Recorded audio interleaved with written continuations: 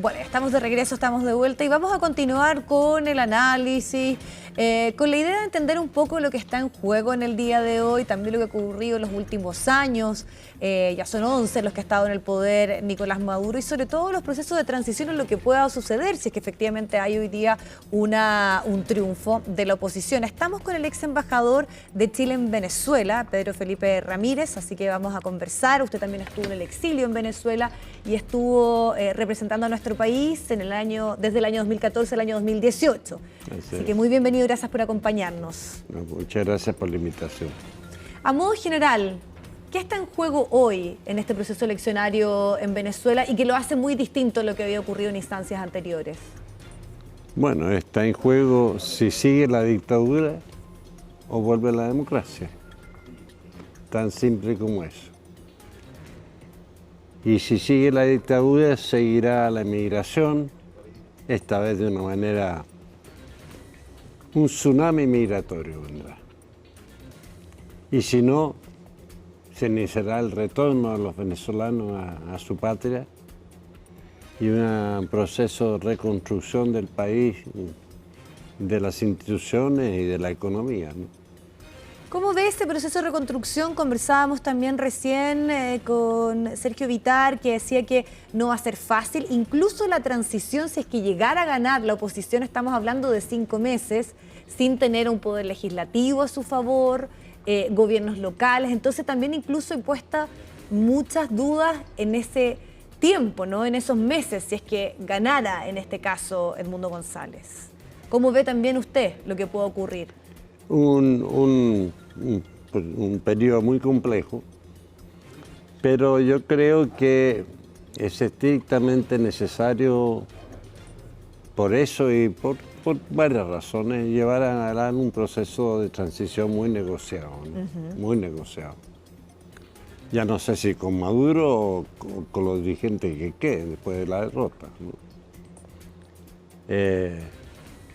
De todas maneras, el chavismo, el Partido Socialista Unificado de Venezuela, pues, permanecerá como partido y con derecho a seguir participando también en la vida política. Entonces yo creo que habrá una negociación necesaria, ¿no? ¿Y ahí cuál puede ser el rol de otros líderes de izquierda de la región?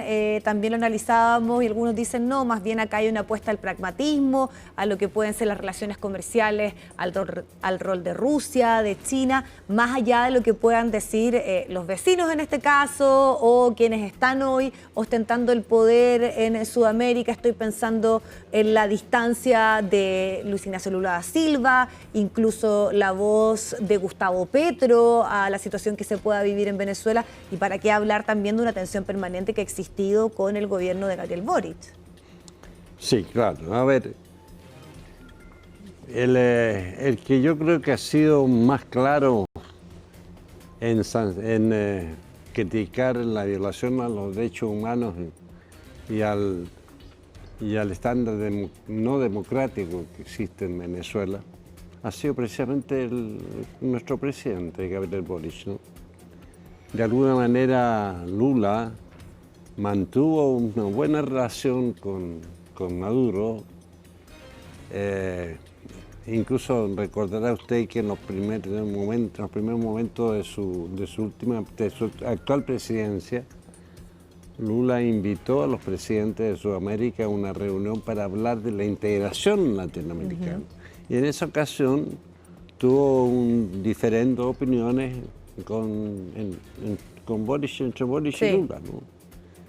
Y cosa que muestra, o sea, para un dirigente de izquierda, algo joven como es Gabriel Boric, ¿no?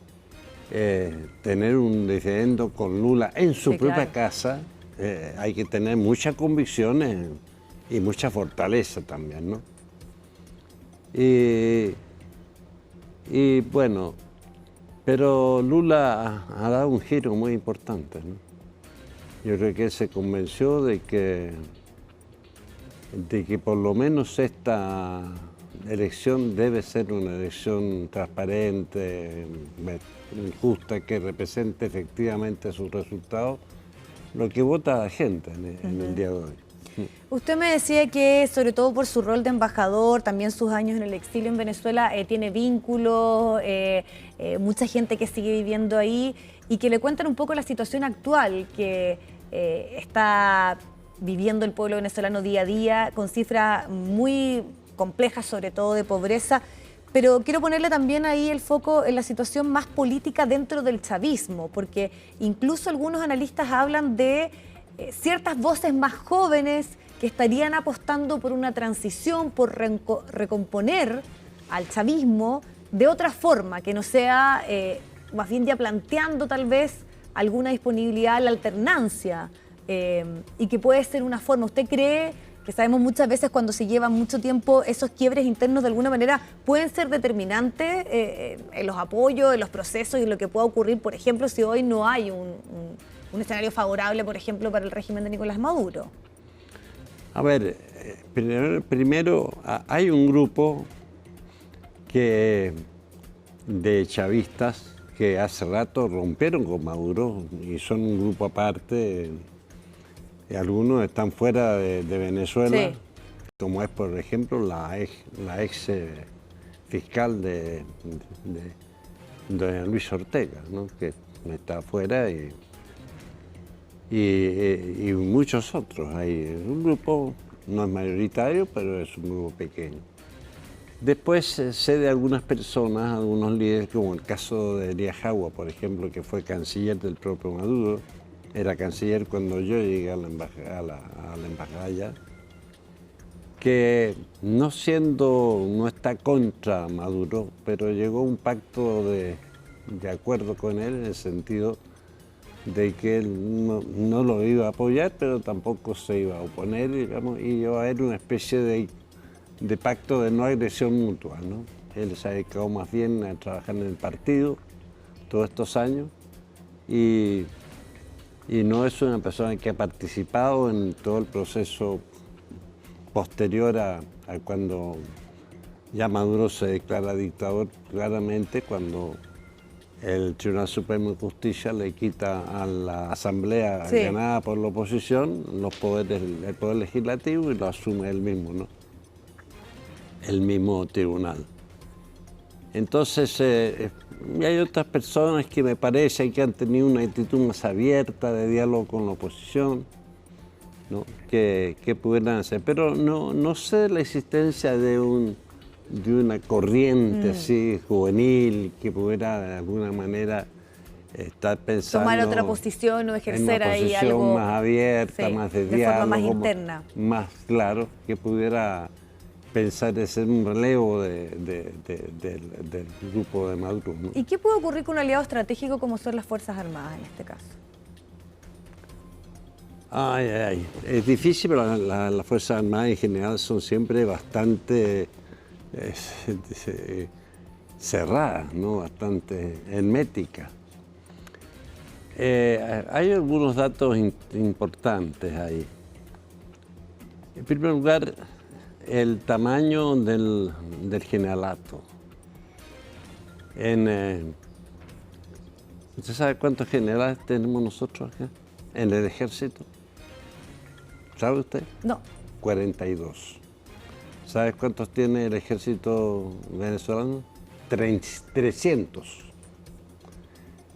Y es evidente de que Maduro se preocupa fundamentalmente de que, sobre todo el alto mando, se mantenga leal, ¿no? Claro.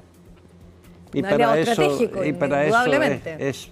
es muy sabido que les paga, ¿no? Los corrompió, les entrega dinero y les entrega poderes y capacidad incluso de ellos, a través de diversos mecanismos, puedan reunir más dinero. Pero la pregunta es, ¿a 300 puede hacerlo? Y de esos 300, deben haber muchísimos que son personas que piensan en su país, ¿no? Y que piensan en el rol de defensa de su país, ¿no? y tener un rol distinto de apoyar al dictador, ¿no? Entonces, en esta situación que se ve ahora, y que se ve un pueblo que le ha perdido el miedo, que ha salido a las calles de manera masiva a prepararse para esta elección y a apoyar a la oposición, no sé si todos estarían dispuestos a apoyar y a apoyar y ser cómplices de un fraude, ¿no? De un fraude. O sea, podrían ser un actor gravitante, podríamos decir, en lo que ocurra hoy, Claro. Si es que efectivamente hay un triunfo de la oposición, dice Claro. usted. Bueno, el ministro de Defensa, que fue antiguamente comandante en jefe, pero que de todas maneras sigue siendo quien manda en las Fuerzas Armadas venezolanas, ha sido el gran protector de Maduro durante todo este tiempo, ¿no? Y él ha declarado que las Fuerzas Armadas en este proceso va a ser garante de la paz por un lado y también de los resultados. Pero ha agregado que será garante de los resultados que dé el Consejo Nacional Electoral. Claro, que esa es otra de las grandes dudas, ¿no? Porque sabemos que Entonces, principalmente claro, si el está formado Consejo por... Nacional Electoral da un resultado que no es la verdad, él va a ser garante de ese resultado. Entonces, tenemos mucho todavía que ver qué pasa, ¿no? Hay mucho que está todavía en juego. Vamos a ver qué dicen esos primeros resultados y también este otro proceso, ¿no? Que decíamos de una transición bastante larga, más allá de lo que pueda ocurrir, pero hay grandes desafíos, sea quien gane, obviamente, esta elección, sobre todo pensando en esa crisis económica que ha golpeado tan fuertemente al pueblo venezolano. Le queremos agradecer su tiempo, la disposición y sobre todo la conversación en relación a este tema. Muchísimas gracias por acompañarnos. Muy bien. Que esté muy bien. Okay. Bueno, nosotros vamos a hacer una pausa, vamos a hacer un pequeño alto nuevamente, pero vamos a regresar. Seguimos con todos nuestros equipos desplegados, actualizando informaciones y también con otros temas que marcan este día domingo.